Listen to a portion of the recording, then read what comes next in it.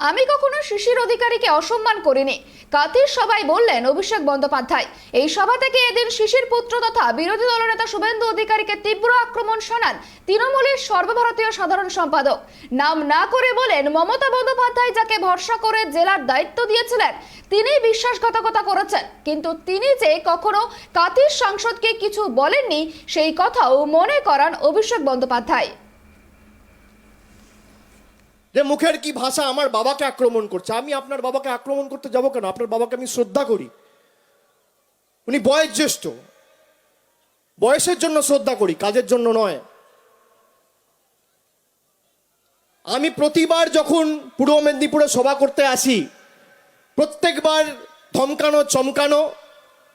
আমি প্রথম এসেছিলাম 2000 খুব সম্ভবত 14-15 সালে, তখন আনিসুর যুব সভাপতি ছিল চণ্ডীপুরে।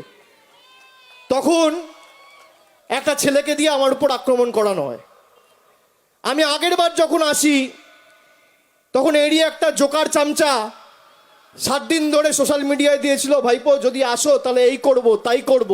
আমি তাকে বলেছিলাম তোর বাপকে গিয়ে বল বাড়ির 5 কিলোমিটারের মধ্যে দাঁড়িয়ে আছি। আমি শিশির অধিকারীকে কোনোদিন অসম্মান করিনি।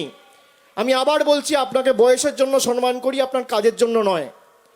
আর মিডিয়াকে আমি অনুরোধ করব, যারা কথায় কথায় বলে অধিকারী গড়, ভাই কি করে অধিকারী গড়? 16টার মধ্যে যদি 9টা তৃণমূল পায়।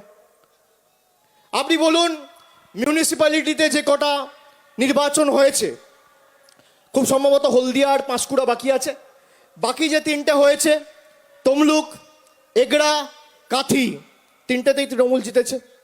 16টা আসনের মধ্যে 9টাতে তৃণমূল জিতেছে। তাহলে অধিকারী গড় কি করে হয়? যে নিজের ওয়ার্ডে হারে, যে নিজের বুথে হারে, এটা তৃণমূলের গড়। আমি সংবাদ মাধ্যমের বন্ধুদের অনুরোধ করব যে আপনারা একটু হেডলাইনটা সংশোধন করুন। আমি কারোর গড়ে আসিনি, আমি মামাটি মানুষের গড়ে এসেছি, আমি পূর্ব মেদিনীপুরের মানুষের গড়ে এসেছি।